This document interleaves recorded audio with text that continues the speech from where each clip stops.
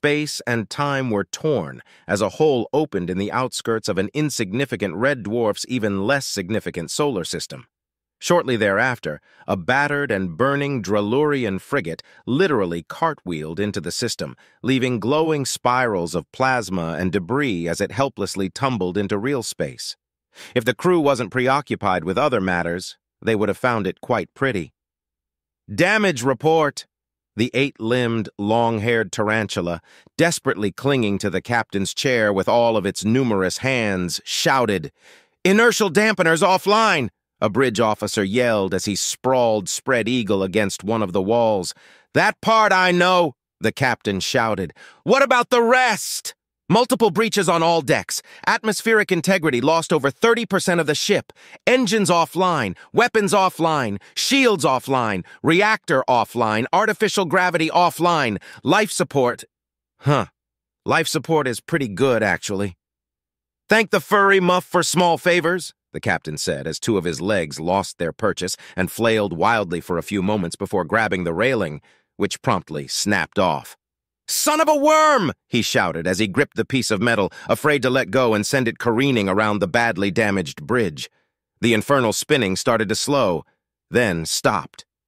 "Engineering here," a weary and pained voice transmitted. "We got the spinning to stop." "Thank you for the report, engineering. I wouldn't have known otherwise," the captain snarked as the voice over the comm chuckled and then coughed painfully. "What I don't know is how." "I could spend 15 Duras telling you, or I could, I don't know, try to keep us from blowing up." Incidentally, this actually was Drellurian's version of military bearing. They aren't the most formal of species. "I appreciate your priorities. Whoever you are you in charge? Please don't tell me you're in charge."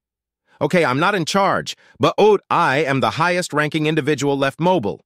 Barely." "Muff, is the chief engineer dead?" "You want the good news or the bad news?" "I need some good news."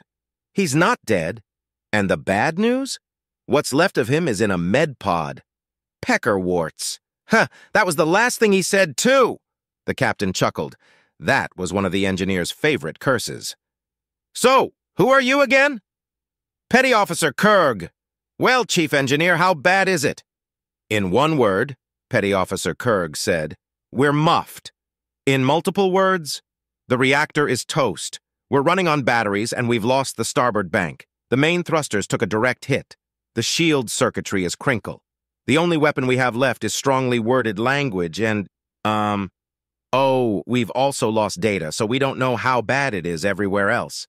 I've sent most of who's left to damage control because there isn't P we can do here." "Worms." "Well put, Captain. Worms." "What about the hyperdrive?" "That actually works, but without the reactor, it's useless." "Yep." "How long will the batteries last?" "At our current load, 4 days." "Bugger. If we shed everything but life support and seal off most of the ship, we can maybe get a week." "Unbugger. We just might have a chance then," the captain said cheerfully. "Do what you can down there, and I will contact you once we know what to unplug." "You got it, Cap." "It could be worse," the captain said to nobody in particular. "Now, if we can get in touch with the fleet, He didn't even have to look at the communications officer. "We've lost the hyperspace transmitter, haven't we?" "A torrent bolt went clean through it, sir." "Of course it did." "What do we do, sir?" "We try to live until we can't. First, we get this ship as stable as we can, and then, muffed if I know. I guess we'll put all of our sphincters together and see if we can squeeze out a—" "Captain!" the sensor operator cried. "We have contact. There is an unknown vessel in the inner asteroid belt." "We have sensors?" the captain asked, pleasantly surprised. "Yes, sir. The muff could spare a drip for us, then." The captain chuckled. "Maybe it's a friendly, or at least a neutral. Computer. Yeah? On the off chance it's Xantian, come up with the absolute worst, most vile thing you can about the ship, the crew, the captain, and their dry spurt of a Primarch. At least we will be able to hurt their feelings." "On it!" The captain jump-floated over to the sensor operator. "Is it Xantian?" I don't think so, Captain." "Clench! With analytical skills like yours, you should have gone into intelligence," the captain snarked. "Any idea what it is?" "I have absolutely no idea, sir. It doesn't match anything on record. It is very irregular, made of multiple alloys, including bits of rock. Oh no, Captain, it's humans, the captain moaned. Oh, holy muff, he sang. Why must you always fyuck us? It's a human hive, a big one, the sensor operator wailed. The captain clenched his butthole in annoyance. Humans. Why did it have to be humans? Humans were the worst. They were the first sapient race classified as an invasive species, and they earned that honor.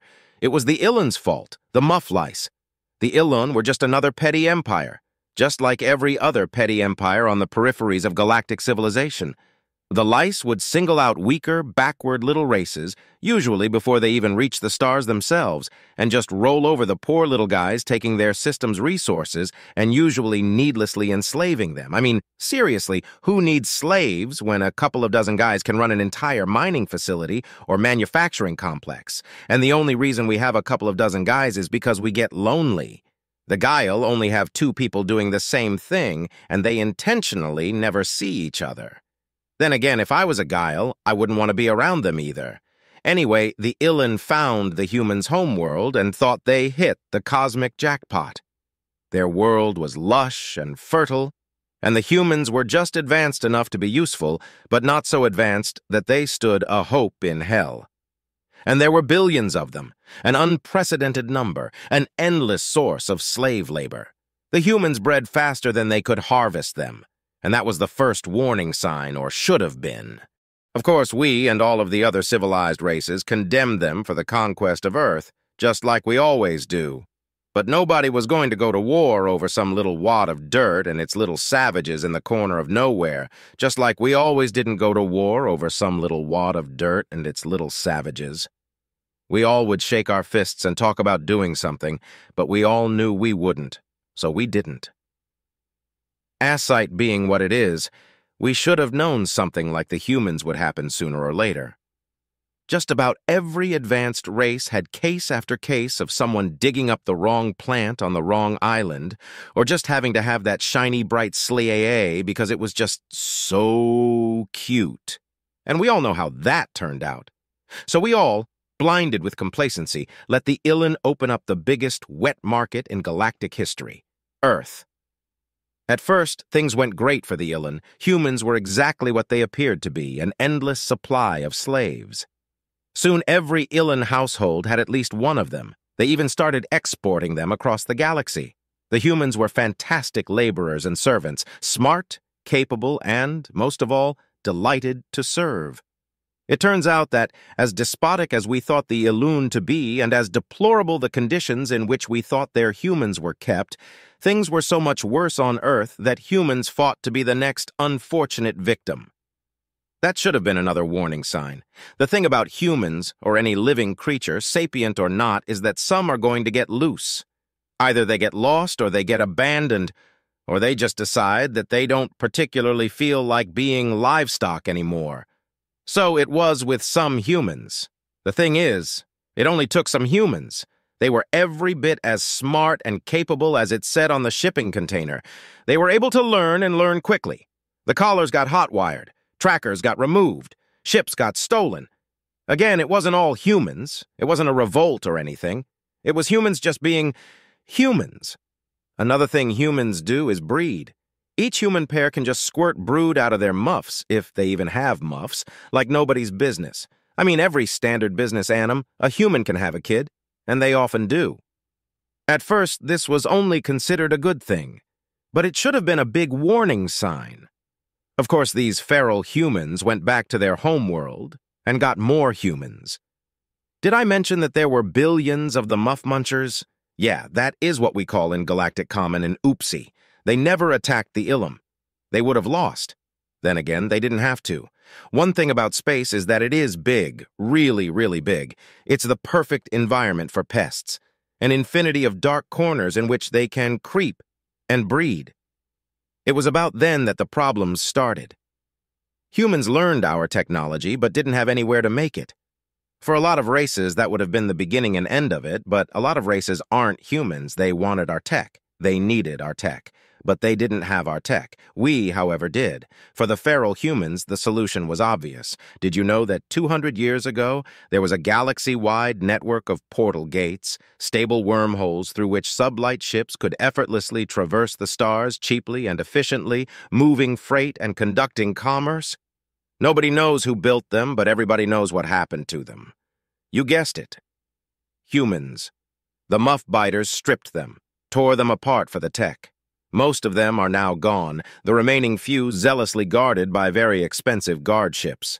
The same thing happened to any unmanned space asset. The humans needed some parts. They got some parts. They didn't care if they just broke a trans-spatial data conduit, wrecking banking in half a dozen systems. Why should they? It wasn't like they were using them.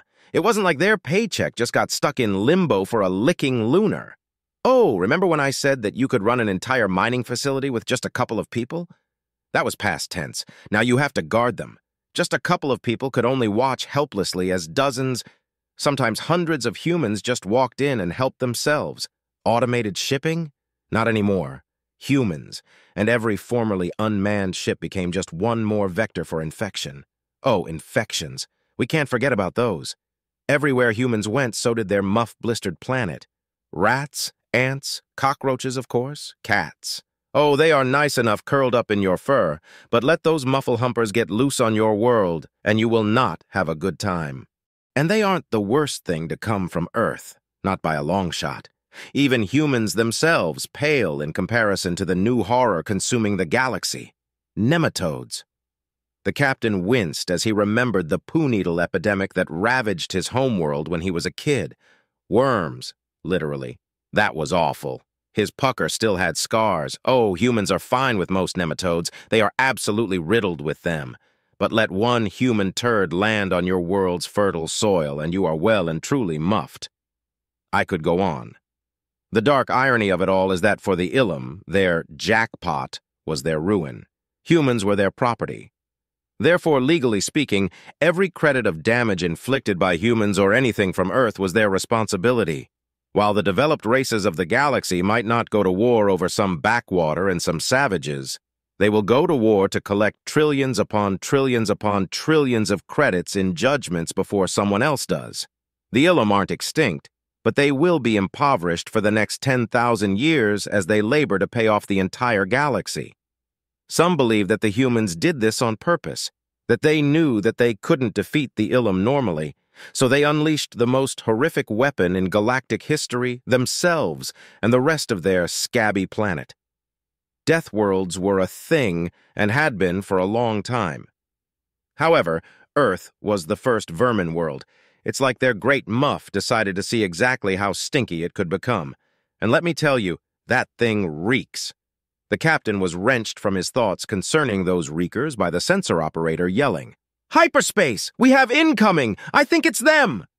Moments later, a huge wad of derelict ships, chunks of orbital stations, asteroids, and Muff knows what else appeared before them. It was huge. "Oh, sweet Muff!" the sensor operator gasped. "How does it even stay together?" the tactical officer asked in astonishment. "Who knows?" the captain replied. "Human engineering is as pestilent as they are. It's not like anyone has dared to go into one of those to find out." The captain paused and rubbed his hind legs together pensively. "Do you detect any plutonium on board?" The sensor operator started to reply, but didn't have to.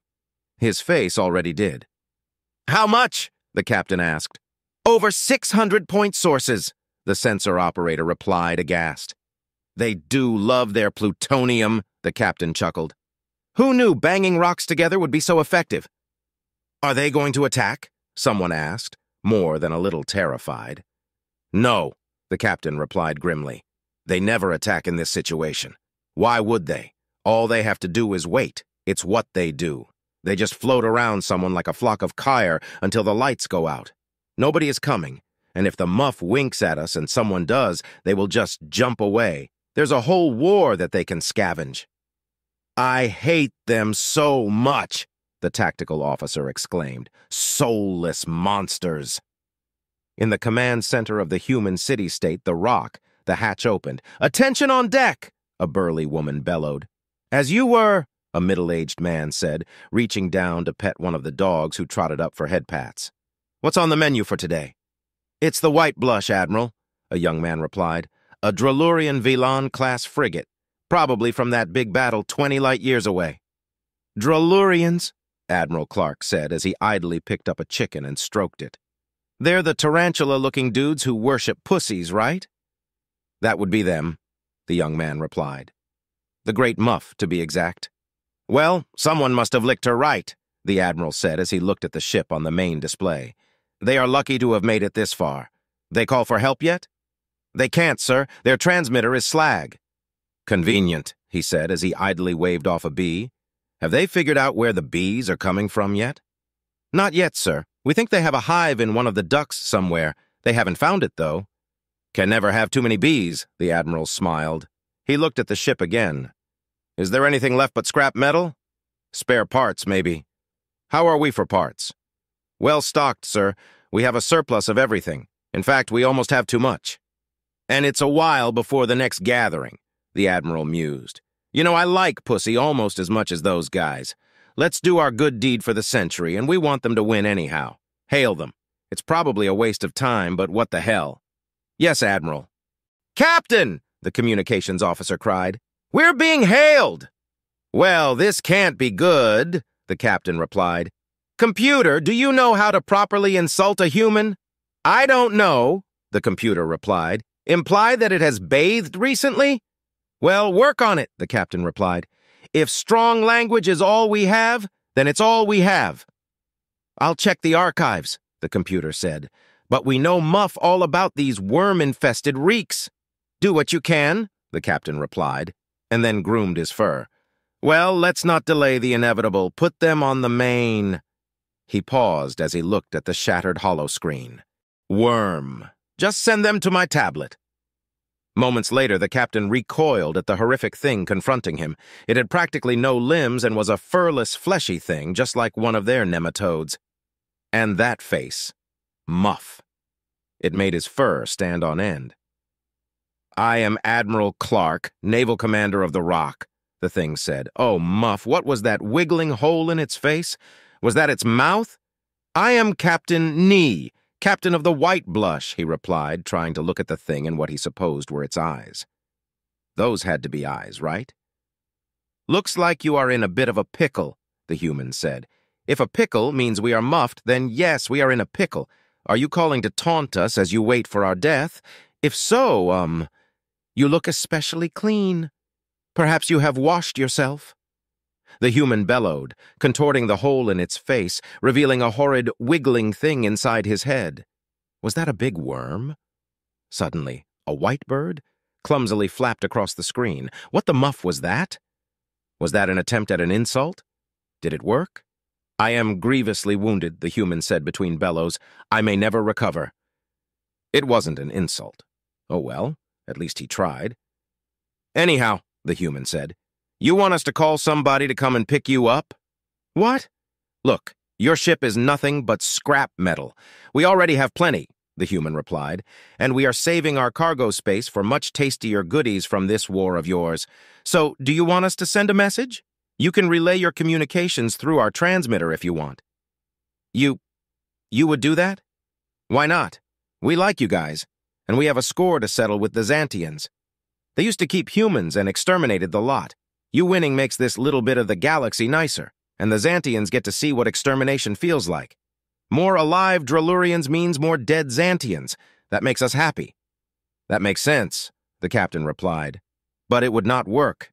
Your transmitter isn't Drellurian, and our encryption was in our transmitter and updated remotely. An open transmission won't be believed." The human contorted his horrifyingly flexible mouth and bared its little nub-like teeth. Disgusting. "We just happen to have a Drellurian transmitter with the current encryption." "Of course you do. You guys won, by the way." "Well, Muff, it was a trap. Your 8th Fleet jumped in not too long after you got popped. It was not a good day for those assholes. They lost their entire force." The captain splayed his mouth in a delighted smile. The human recoiled slightly. Perhaps proper dental hygiene intimidated it? "May the moist, sweet Muff be praised!" The human made a strange, snarking noise. God, I like you weirdos. I have no idea what weirdo means appeared in script across his tablet. Then I would be delighted if you would relay a message to our fleet headquarters concerning our plight. Not a problem. The captain rubbed his rear legs appraisingly. Hey, you wouldn't happen to have a Xantian communication device and its encryption protocols, would you? I will send one right over, the human said with another of those disgusting mouth flexes.